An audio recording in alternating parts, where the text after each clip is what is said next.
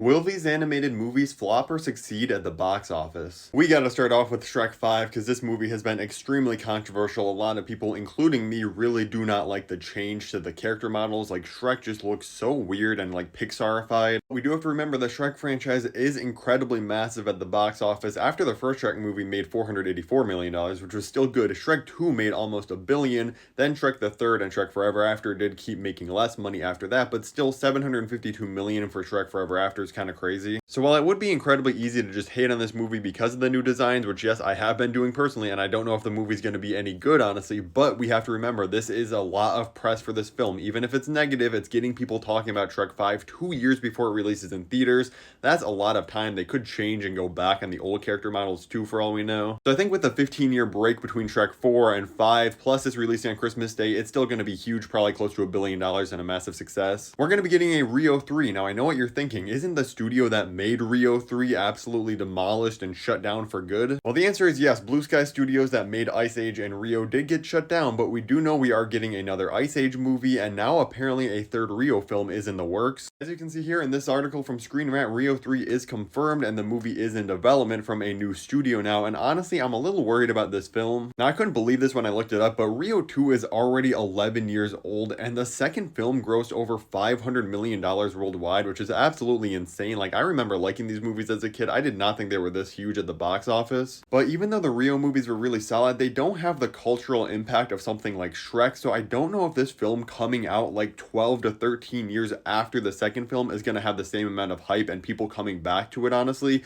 Plus the fact that it's going to be made by a new studio, we don't know. This could be a Megamind 2 situation where they don't bring back any of the original voice actors and just try to give us a low budget thing and cash in on the name. So sadly, I'm going to say this movie's going to flop. Teenage Mutant Ninja Turtles Mutant Mayhem was one of the most pleasant surprises of 2023. I can't believe we're already coming up on 2 years since this film came out, and we do know we are 100% getting a second film. We don't know if it's going to be called Mutant Mayhem 2 or have a new subtitle. This is honestly one of the most interesting ones to predict the box office for, because honestly, the first film didn't do amazing at the box office despite being a really good movie. It only ended up making $180 million worldwide, which is not too shabby for an animated film like this. The budget wasn't too insane or anything, but for, like I said, the quality of the film, I really wish this film made a lot more. I do think this film, since it was so good and had great word of mouth, is one of those movies that a lot of people have probably watched on streaming now, and we know they actually had that companion animated series to go along with this movie. So I think since this good word of mouth is going to build up a lot more hype, that when the sequel comes out, it's actually going to have a huge boost at the box office and make a lot more than the first movie.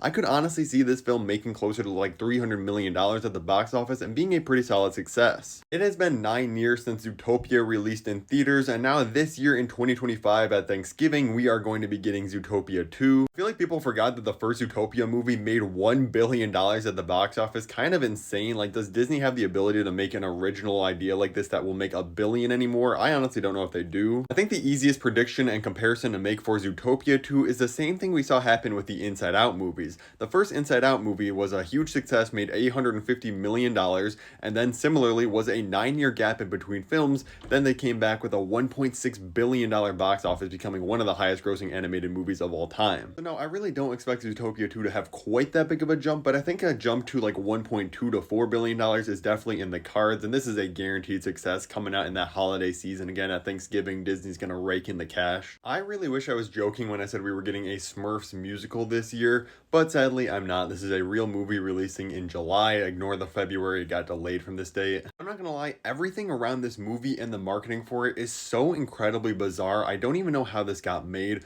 First of all, as you'll see on every poster for this, they just highlight Rihanna as Smurfette as like the main selling point. And obviously the second selling point is just the Smurfs as a franchise and brand. Obviously this is a kids movie, and I really just have a question for the studio behind this.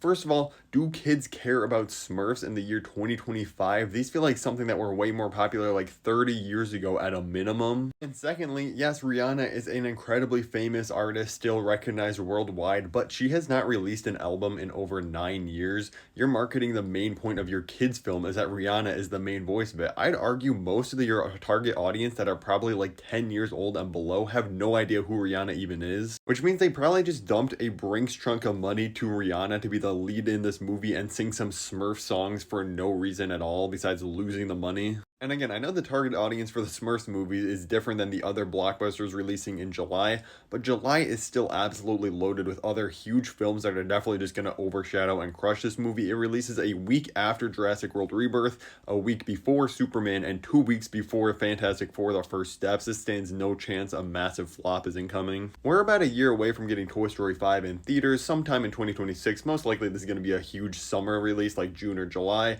and while this might seem unnecessary story-wise, I'm still kind of interested to see what they can do, because we know from the initial teaser image they released when they revealed this film, it's going to be dealing with like iPad kids and technology distracting people from their actual toys, which I think is an interesting angle to take with this, obviously extremely relevant today. Plus, if you go and look at the box office numbers for the Toy Story franchise, each new film literally just keeps making more and more money. Literally every film from the first one to the fourth just increased if you ignore Lightyear. We're just gonna do that because who wants to remember Lightyear, honestly? Now, I don't think this movie's a lock to make $1 billion, honestly, just because maybe people are starting to get tired of the Toy Story franchise, but I still think it's going to make at least like 800 to 900 million and be a huge success. We are getting a third Angry Birds movie because, believe it or not, it's already been 6 years since 2019 when the second film released, but I'm sorry, if you want to talk about a franchise and game that has lost absolutely all relevance in today's society, it's the Angry Birds games. These guys fell off so hard. The second movie only made $152 million worldwide grossing at the box office, which I'm sure the studio was fine with because at the time it at least pushed people to the games and the merch and everything because Angry Birds were taking over the world.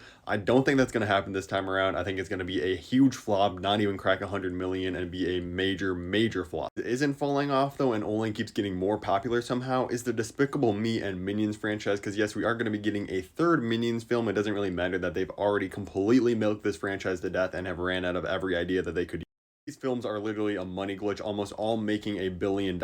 Even Despicable Me 4, this graphic wasn't updated. This was only a couple weeks into the film's release. It got close to $1 billion too. It made like 940 million. When we get Minions 3 next year, it's probably going to be one of the biggest movies of the year again and be a major success. We are only a couple months away from getting Pixar's Elio in theaters, a new original idea from them. It follows this boy that gets accidentally mistaken as Earth's ambassador after getting abducted by aliens and kind of follows all the journeys of them thinking he is like the king of Earth. The idea seems cute and I want to be into this, but honestly, every time the trailer plays in front of a movie, I could not care less. Like, yeah, the animation looks great as always with Pixar, but it's just not grabbing me, and honestly, the hype for this just seems so dead after so many delays. I don't know if people even know this movie exists. Like I said, this summer is so absolutely loaded with huge films releasing. I don't think this stands a chance to be a success. We got other films like How to Train Your Dragon live action releasing like right before this too. The Bad Guys 2 releases in theaters this fall and honestly is another one of the most interesting ones on this list because the first movie was a pretty solid success, making $250 million,